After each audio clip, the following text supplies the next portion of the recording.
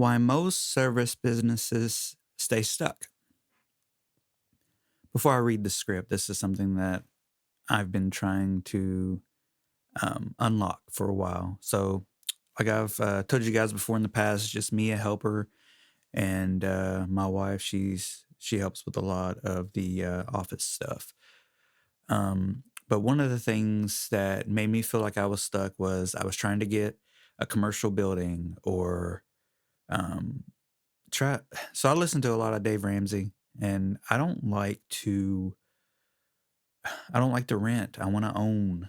I want to not have to pay $1,000 a month for a commercial property and, put all the stuff in there and rely off of a landlord. I just want to own the property, be the one that basically lords over it, takes care of it.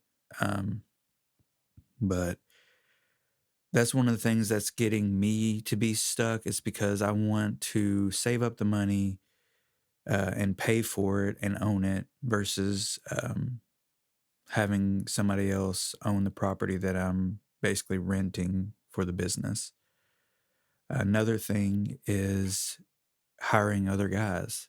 One of the things that bothers me is like I would rather have a property versus having somebody come to my house to work out of our home versus a actual property to to have our business. And it just bugs me. It's something that I want is um security. It's like you're hiring somebody and you don't really know them until you actually, get to know them. And for me, I would feel more comfortable if I had a commercial property and meet at that location and dispatch from that location and go from there. So that's one of the things that's hurting me as far as growing. Um, Another thing that might stop some people from growing or staying stuck is the automations that I've been talking about in this channel. I've had it set up to where after I do a job, I'll send a reminder text a month, not a month, but like 6 months later, telling people that it's time to do it again. And I mean, it's kind of nice because it's like when you don't have work, it's because you're waiting for new customers come in, and this way you can like nurture the same customers that you've already done work for in the past. So they already know you, and they like you depending on your reviews and if they have any, questions or concerns. But it's easier to keep a customer and work for them versus getting a new customer. And I feel like a lot of people just want that new customer so bad that they forget about the existing customers that they already have. Um, and those systems in place, basically, you can tag them and send them different services that you offer throughout the year. Dryer vent cleaning, furnace repair, AC repairs. You can send out, let's see, discounts and referrals. So I've sent out a referral to some customers saying, "Hey, if you refer us, um, if, well, at first we say, hope everything's working well. Right now, we are working on benefiting our customers versus spending our ad marketing budget on Facebook. We would rather give you the money that we would normally spend on Facebook to refer somebody to us if they have any issues with their equipment or dryer or whatever services that we offer, that we would pay them like $30 to $50 just for mentioning our name. It kind of seems weird just because it's like we're trying to give incentives, but it's only for people that actually like us. We don't want somebody that doesn't like us to just want $30. We just want somebody that can think on the top of their head. So it's kind of like a marketing way to for somebody to think of you on top of their head saying, "Oh, this company said they were gonna, give me some money if I offer it. So in their mind, it's like my business is going to stay at the top of their head because in some way, even if they don't remember, it's very beneficial for them to do that. Just thinking, oh, $50 for offering a repair that needs to be done. And some people might be like, I like this company, but I don't remember why, you know? And that could be it. Um, so another thing that I believe is keeping people stuck in their business is charging. The way they charge, every job that they do is an opportunity for upsell. You also got to know your worth to know that you are actually charging enough. Something that might cost $10 as a part should be sold for $225 as the repair, or $250 for that repair.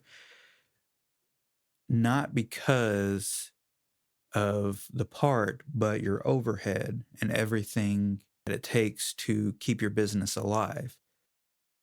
You want to grow, you have to make money to grow. You might think to yourself, I need more people to help me grow because there's more.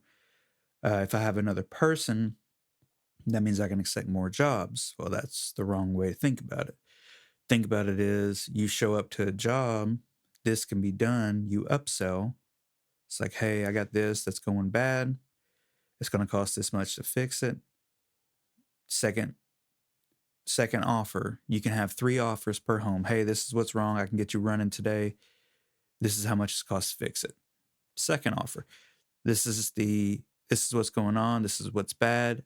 We can fix it, but we can also add this upsell item. You don't say that to the customer, but you can offer this to protect it so that something doesn't happen to it again.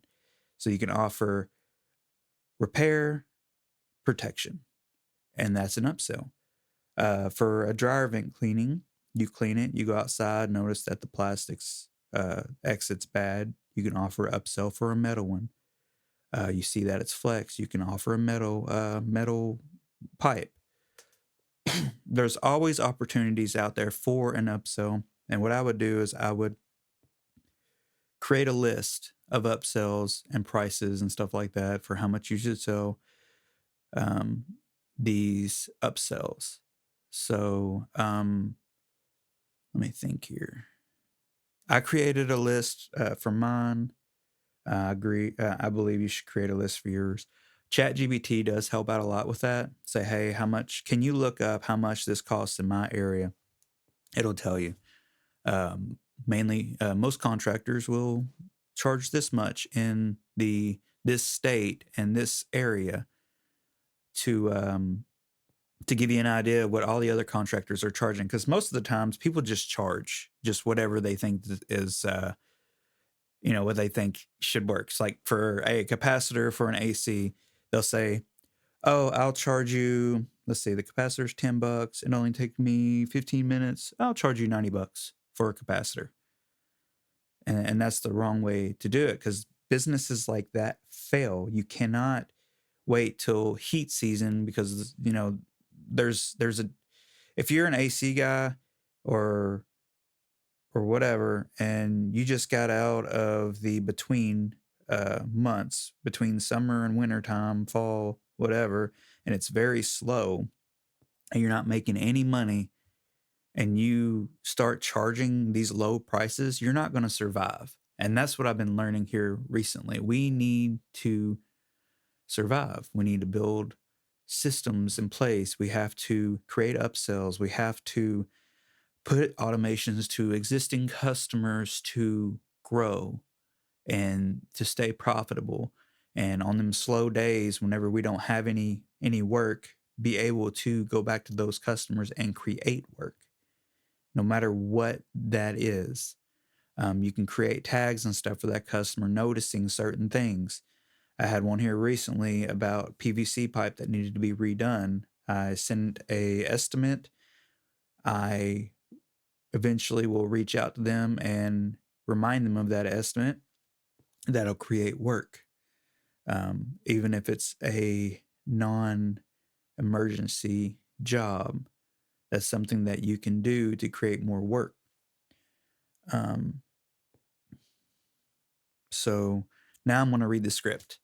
One thing I've noticed about service businesses is most owners don't fail because they are bad at the work. They fail because they get stuck in survival mode. When you start a business, everything is urgent, phone's ringing, job is finished, problems to solve. An improvement always feels like something you'll get to later.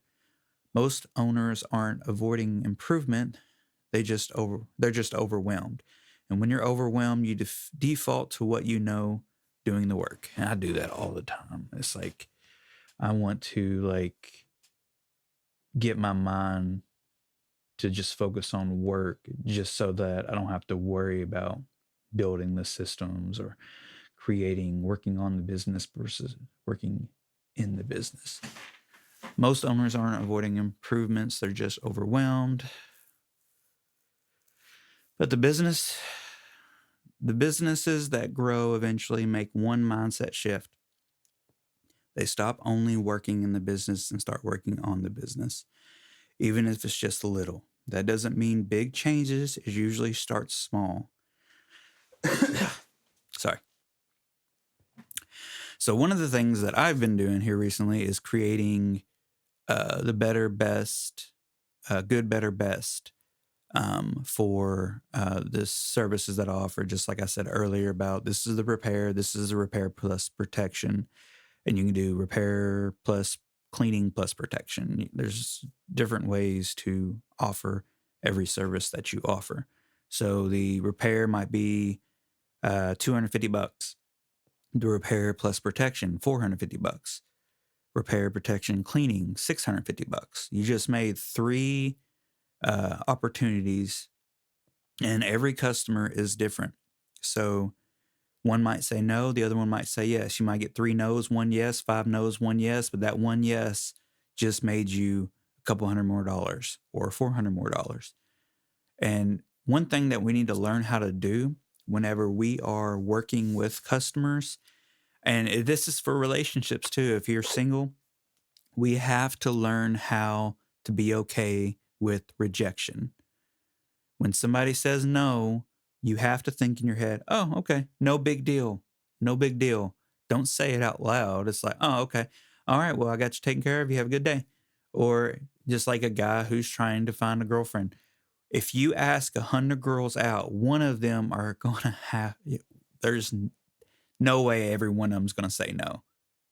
One of them's at least going to say yes. And it might be the 5th one, it might be the 10th one, might be the 25th one, might be the 99th one. But every time you do it, you're going to learn how to do better when it comes to presenting yourself, when it comes to asking, when it comes to pitching yourself. Because even though we're talking about selling, when it comes to relationships, you're selling yourself. And that might sound bad, but truthfully, whenever you present yourself, people look at you and how you dress, how you move, your body language, everything that you do. And the more you present the "will you go out with me?" Some people are like, that's bleh. I don't like it when people say it like that. So you can say, "Hey, do you want to hang out sometime?" That's better. I mean, there's no commitment there. It's like, okay, this guy just wants to hang out with me or whatever. And it's the same thing when it comes to customers and business. Like, hey, do you want this? Is this something that you're thinking that we should do? Like the whole cleaning and protection. This helps. If you're trying to ask a girl out, hey, do you want to hang out sometime? It's not being too forward. You're just asking a question. If they say yes, great. If they say no, move on. And that's how it should be. And when it comes to businesses, you're going to get a lot of rejection. You just got to present it in a way that doesn't make you feel bad whenever you get rejected. It's like, hey, this is something that we can do to help you further. No, okay. I just wanted to let you know that was an option, and then move on. Later on, that customer might think and come back to you, just like that. woman that you asked out, they might think and come back to you. It's like, all right, no worries. If you change your mind, here's my phone number. I know it's weird, but it's true. We have to learn how to be okay with being rejected. It's something that it's not 100% that you can like. I'm I'm not going to get rejected. Everybody gets rejected. Salesmen get rejected all the time, and that's why they're so good at it because they're so used to being rejected. There's teenagers that, like, I have a teenager. He I think had um, 3 girlfriends in like the last 4 months, and it was funny because the girls would ask him out versus the guy asking the girl out. And then my wife's sister, she's about she's 16 now. No, she's 17, but she wants the guy to ask her out. She has no relationships. She has not had a boyfriend yet.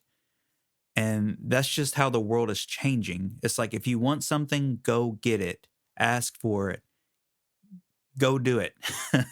It's like if you want a boyfriend, ask out. Go ask. Don't be afraid of rejection. Um, that's just the way the world is going right now. If you want something, you have to ask for it. I know in biblical terms, you like ask, you shall receive. You know, we have to ask for it. If we want something, you can't just think of it in your head and be like you're like Spock or somebody from Star Wars. I don't know. I don't watch Star Trek. But it's like you want somebody to like read your mind whenever they can't, and that's like impossible. And you want people to do that. I used to think that when I was younger. It's like, I want you to read my mind. Where do I want to go? And it's like, learn how to communicate, learn how to say things, learn how to talk, and you'll get more out of it. Zig Ziglar, one of my guys I like to listen to all the time, he's like, you can get whatever you want as long as you help other people get what they want. And it's true. If I help a lot of people get what they want, offering my services, and they like it, helping them achieve the goals that they have, you will get money from the services that you offer to help you get what you want, whether it be building your business, getting a nicer home, investing in your retirement. I know I'm going and going, but it's true stuff. A lot of people don't like to hear it. And the thing is after people work a lifetime to get that way. You can't just start today and hope that tomorrow gets you all of this stuff. It is a lifestyle. It could take you 10 years to achieve what I'm talking about.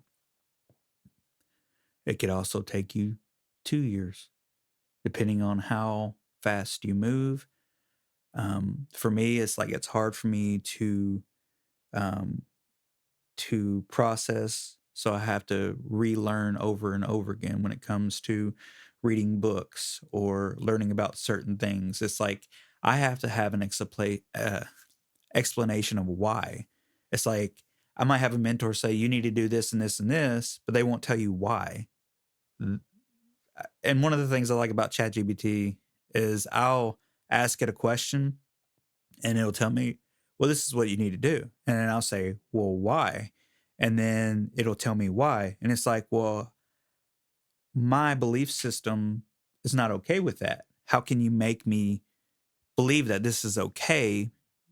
And then it'll explain it to me. It'll say, or what are you having issues with? And then I'll ask it, and then it'll try to talk me through it or blah blah blah. For instance, there was a company out there that was saying, we will take $2,000 off of this service.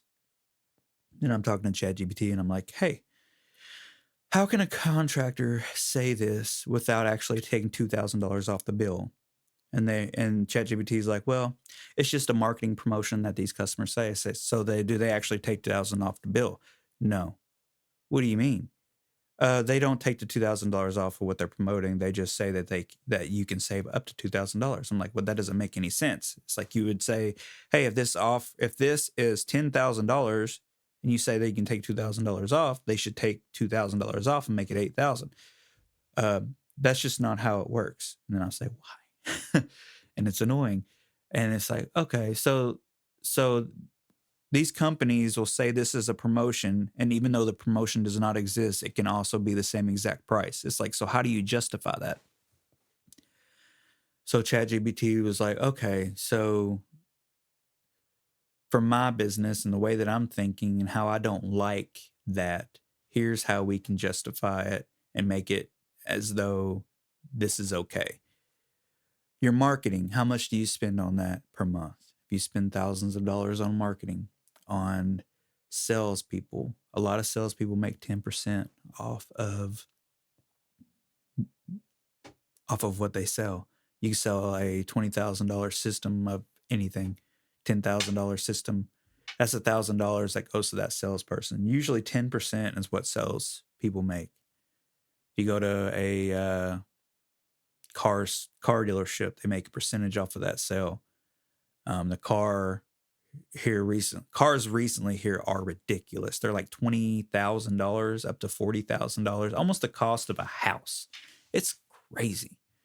But anyway, so the marketing dollars that you would normally spend, the salesman that you would normally give a promotion to, that adds up. So you can say to a customer, this is what ChatGPT says, that they can make up to $2,000 off the cost of the system because they're saving money because you're not spending all of the money on a salesperson, which would make 10%. That's already $1,000 off 10 grand, and the marketing. So if I put out there and marketing with a budget saying I'm not going, some companies market like $300 a day. So if I decide to market maybe $25 a day and this ad gets out there and people see that it's $2,000 off, they're more likely going to pick me because of that. But I also have in the ad why it's $2,000 off. I don't like to be those companies that say save $2,000 without giving an explanation on the front end. If you see, I don't know why my hands are doing all this, but if you see a picture, I'm going to put in there, save $2,000. We're a smaller company. We don't have high overhead. We don't have all this marketing that we spend. We don't have sales guys. This is why you're saving money. Because I don't want to be one of those guys that shows $2,000 off, you sign up and everything, and it all be, this doesn't make any sense. I want you to realize and understand in the front end, whenever you see that ad that I put out there, this is why you're gonna save money. It's less sleazy in my head. It just is. But anyway,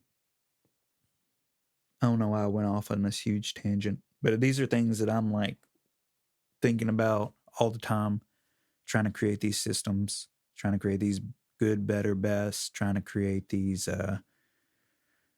even component offers to where it's like I can give you this, or you can have the OEM part, or you can have this plus protection, just to raise up your ticket per call. If you raise the ticket per call, you'll make more money without having to hire somebody. If you take the time to think on how you can do better every single day. It's like business is kind of like life. You can't separate it. It's a part of your life. It's a part of who you are. Just like what I was talking about with relationships. It all ties together, like building relationships on and off the clock. So it is hard work. There's people out there that are not willing to do what it takes to start a business and keep going. There's some people I've talked to that needed relationship advice, and it's the same. I mean, it's not exactly the same, but it's kind of the same thought process. If you want a better relationship, you're going to have to learn how to have a better relationship. I've talked to family members that said, I would do anything. It's like the song, I'll do anything for love, but I won't do that. So what I would say that they should do is read a book about relationships. Read a book about how to better improve your life, how to communicate, you know, um, how to win friends and influence people. That's a good book. But there's also relationship books out there. A lot of people like to read the fantasy stuff, and it's not real. People would rather think about fantasy versus real. They want they want sunshine and rainbows, Cinderella story, all this stuff, but it's like come down to earth, read real life scenario, factual books. But anyway, the family members were like, I won't do that. It's like, I'll do anything to have a better relationship with my wife, but I will not read a book. And I don't know why. It's like, if this could change your life, would you do it? And the answer is no. And it's like, that's where you stop at. It's like, if you're not willing to read a 100-page book and then learn more after that and keep learning every single day, trying to better your life, then you might as well stop there. I mean, just go through the motions because you have to learn. It doesn't stop in high school or after college. You have to keep learning day by day by day. And there's people out there that are just not willing. And we need willing people. We need people that are willing to learn and do better and be a light to those around us and try to help as much as we can. So, all right. I know this was a huge video, long video of me just talking. And sometimes I don't even know that I can even talk this much. It's a lot of talking. There's a lot of things that I thought about and a lot of things that can help. And something that I wish I had a mentor to talk to me about, just so that I could jumpstart my way into doing better. So, you guys have an awesome day. If you like this video, great. If not, just move on. Because I don't think I'm going to be doing all those editing things. I'm just going to turn on the camera, talk, and let you guys know what's on my mind. Reading a script on GoHighLevel for people to start using it for automations and stuff, because I use it all the time. But it's just not, this is not going to save your business. It's just not. There's a lot to it. But you have an amazing day, and I will talk to you guys later. See ya.